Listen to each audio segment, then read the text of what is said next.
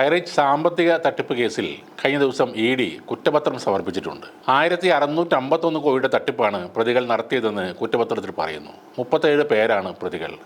11,500-ലധികം പേജുകളുള്ള കുറ്റപത്രമാണ് ED കലൂരിലെ കോടതിയിൽ സമർപ്പിച്ചത്. Highrich company ഉടമകളായ KD Prathapan, അദ്ദേഹത്തിന്റെ ഭാര്യ ശ്രീന പ്രതാപൻ എന്നിവരെ കൂടാതെ 15 പ്രൊമോട്ടർമാരും പ്രതികളാണ്. അതായത് ആളുകളെ പറ്റിച്ച് കാശ് പിരിച്ച ലീഡർമാർ.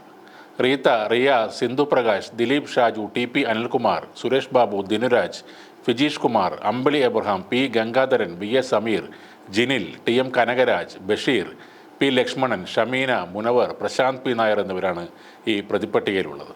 Highrich grocery business, farm city, HR crypto, HR OTT എന്നിങ്ങനെ വിവിധ തട്ടിപ്പുകൾ നടത്തി ജനങ്ങളിൽ നിന്ന് നിക്ഷേപം ശേഖരിച്ചതായി അന്വേഷണത്തിൽ തെളിഞ്ഞിട്ടുണ്ട്. ഇങ്ങനെ സ്വരൂപിച്ച പണം മറ്റാവശ്യങ്ങൾക്കായി വകമാറ്റി നിക്ഷേപകരെ കബളിപ്പിച്ചതായും കണ്ടെത്തിയിട്ടുണ്ട്. മറ്റ് പ്രൊമോട്ടർമാർക്കെതിരെ ED അന്വേഷണം ഇപ്പോഴും തുടരുകയാണ്. കമ്പനിയുടെ 244 കോടിയുടെ സ്വത്തുക്കൾ നേരത്തെ മരവിപ്പിച്ചിരുന്നു. ഇതുൾപ്പെടെ 277 കോടിയുടെ സ്വത്തുക്കളാണ് കണ്ടുകിട്ടുന്നത്. പണം തിരികെ ലഭിക്കാൻ ഈ തട്ടിപ്പിന് ഇരയായവർക്ക് കോടതിയെ സമീപിക്കാമെന്നും കുറ്റപത്രത്തിൽ പറയുന്നുണ്ട്. അത് ഇപ്പോഴും ഹൈറിച്ചിന് ജയ് വിളിക്കുന്നവർ പ്രത്യേകം ശ്രദ്ധിക്കേണ്ട കാര്യമാണ്. പണം ലഭിക്കാൻ കോടതിയെ സമീപിക്കണം, എന്നാൽ കേസ് രജിസ്റ്റർ ചെയ്യണം എന്നാണ് അതിനർത്ഥം. ഇനി ഒരു കാലത്തും ഈ കമ്പനി തിരികെ വരുമെന്ന് ആരും കരുതുകയും വേണ്ട. കഴിഞ്ഞ ദിവസമാണ് ശ്രീന പ്രതാപൻ പറഞ്ഞത് വക്കീലിന് കൊടുക്കാൻ പൈസ ഇല്ലാതെ ഇരുന്നപ്പോൾ ഫിജീഷ് സാർ തൻ്റെ കോടികൾ വിലമതിക്കുന്ന വീടിൻ്റെ ആധാരം കൊടുത്തിട്ട് അത് പണയം വെക്കുകയോ വിൽക്കുകയോ എന്ത് വേണമെങ്കിലും ആവാമെന്ന് പറഞ്ഞു. ED കണ്ടുകെട്ടിയതിൽ ഫിജീഷ് സാറിൻ്റെ സകലമാന സ്വത്തുക്കളും ഉൾപ്പെടുന്നുണ്ട്. അപ്പോൾ അദ്ദേഹം ആധാരത്തിൻ്റെ ഫോട്ടോസ്റ്റാറ്റ് കോപ്പി ആയിരിക്കും ശ്രീന പ്രതാപന് കൊടുത്തത്. ഇപ്പോൾ പ്രതികളായവരിൽ OTTക്കായി കോടികൾ വാരിയെറിഞ്ഞ തിരുവനന്തപുരത്തെ ഡോക്ടർ സാറൊക്കെയുണ്ട്. പ്രഭാഷണം നടത്തുന്ന ജിനിൽ സാറുണ്ട്. ED ഓഫീസിൽ ശ്രീന വന്നപ്പോൾ കൂടെ നിന്ന് തംസപ്പ് കാണിച്ച ഷമീന മാഡമുണ്ട്.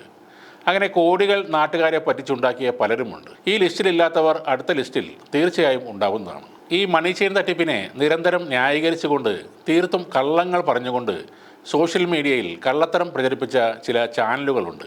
അവർക്കെതിരെയും നടപടികൾ ഉടനെ ഉണ്ടാകുമെന്നാണ് അറിയുന്നത്. ഇപ്പോഴത്തെ പ്രതികളുടെ ലിസ്റ്റിലുള്ള പലരും പുതിയ കമ്പനിയായ ഓക്സിജനോയിലെ ലീഡർമാരായി വർക്ക് ചെയ്യുകയാണ്. ആ കമ്പനി മണി ചെയിൻ തട്ടിപ്പാണോ നടത്തുന്നതെന്ന് ഉടനെ വ്യക്തമാകും. ഇനിയും ഇവരുടെ വാക്കുകൾ കേട്ട് പൈസ ഇറക്കാൻ തയ്യാറായവരുണ്ടെങ്കിൽ അവർക്ക് ഉടനെ ഓക്സിജനോയിൽ പോകാവുന്നതാണ്.